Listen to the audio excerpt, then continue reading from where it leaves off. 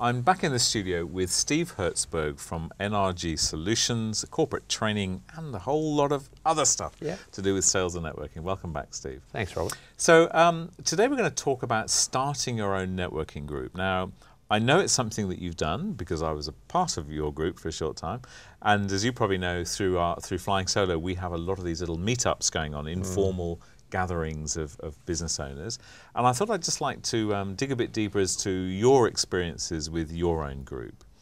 So you meet how often? Well, we get together about, firstly, we're not overly structured with it. Okay. Last year we had a calendar set up for the year, and we put that in place. And then what we found is that it was hard for people to commit 6 months in advance because, I mean, I guess ultimately for all of us, if we're booked for a conference for a few days, the conference is going to always override. Have priority. Okay. So now what we do is every time we meet up at the end of that meeting, we say, let's look at our diaries and agree on the next meeting. Okay, so I guess the takeout from that is that you have a structure that works for the group. Yeah. And there's how many? 4 in your group? We've got 4 now in the group, people. And that's a good size, you find? I think so. I think it could be a bit bigger. Okay.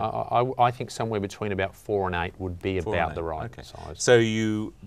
So you work out your meeting schedule to suit each of you. Yeah. And do you have an agenda? Do you follow an agenda, or again is that fairly informal? Yeah, well, it's the group's group. That's the first thing. So we don't want to be overly structured and say here is a formula. But the general idea is you come with an issue. So we've all got issues. Every small business owner, we've got plenty of issues. Business issues. Business issues. Yeah. Leave the personal stuff at home. Okay.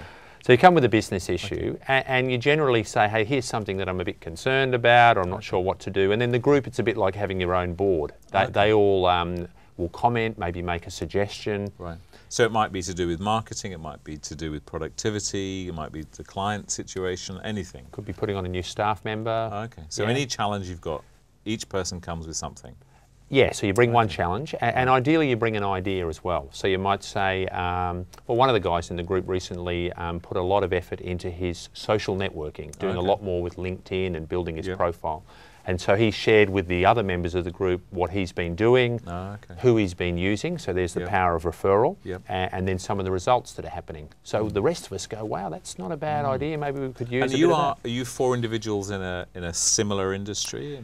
Yeah, we're related. Similar. We're all kind of providing professional service, coaching, training, facilitation. We're all sort of in that space. So we in different sectors, I think. Yeah, there's a bit of overlap, but we can help each other because we all have been around for long enough to kind of understand the industry quite well. But I guess it's true to say that you're not competitive in any way. You have different offerings to different people. Yeah. Okay.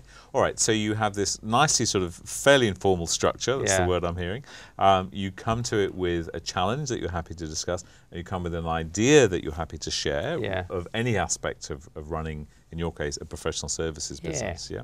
Any other little things that you do particularly? Well, I think a few other things. Firstly, one thing I've learned is someone's got to, even though it's the group's group, someone, like in any group, has got to kind of say, set the dates or do the reminders. It generally takes a bit of that. All right. So, do you pass that around, or is that one person? At this stage, I'm doing that in the group, but I'm happy to pass that around. But if you don't have that, then like most things, it will fizzle a bit. So I think someone's got to say, hey, I'll do it this year. Yeah. Okay. We've had a treasurer as well in the first year, so we all put in a few dollars. Okay. And it's funny, once you put the dollars, well, you probably know why. Why do you put a few dollars in? Do you know it's what? Commitment. Yeah, isn't it? Accountability. It's like, I paid for this, so I'm going to do it. That's right. And I think that's something that we've learned. And then we just use that kitty to cover if we're, breakfast or if we're buying a few books or whatever it is. Okay. So there's a bit of a kitty there. I think that's useful. Yeah. And then I think you've got to look at the group and say, do we get on quite well? That's important. Do we complement each other, but do we also add some fresh ideas? Right. So I'd say informing it. Look for people who you already know, who you like, who you trust. That's important. And how would you go about bringing? If you're saying that you've got 4 and you could go up to 6, 7, or 8. How will a new person come into the group? Have you thought about how you'll handle that? Yeah, we've spoken about it. That's something that we're looking at. Is we do discuss. We might say, hey, we know this person, and we're kind of happy for people within the group to recommend someone else who could join the group. Okay. But I guess they won't know until they come along a couple of times if it's going to be quite... All right, so you'll kind of bring them along and we'll have a look at them, sort of thing. Well, they'll have a look at us as well. Yeah, I mean, there's that old Groucho Marx saying you wouldn't want to belong to any group that would have someone like you as a member of that group. So that's something to bear in mind. Yeah, okay. But I do think, it's better that they check you out and you can check them out as well in an informal way, and then you're going to see if it fits well. Yeah, and typically how long do you meet for? We get together for a couple of hours, that's all, about every 4 to 6 weeks. Right, and and you've done this for how long now? We've done it now, we're in our second year, so we've done it for 2 years. The other thing is, you can chat a bit when you're not even in your sessions. So often you'll flick your colleagues an email or give them a quick call and say, hey, I've got this issue. It shouldn't just be restricted to just the formal group meetings. Yep. It's important you can pick up the phone, and often in our game it's about quoting. Yeah. So we're saying, hey, I'm putting a quote together, can I get your advice? And it's amazing. Can you run your eyes over it? Yeah, what do you think? Or fantastic. Steve, as always, great tips, thank you so much. Thanks, if you want to find out more about your work, nrgsolutions.com.au. That's right. Thanks, Steve. Thanks a lot. Thank you.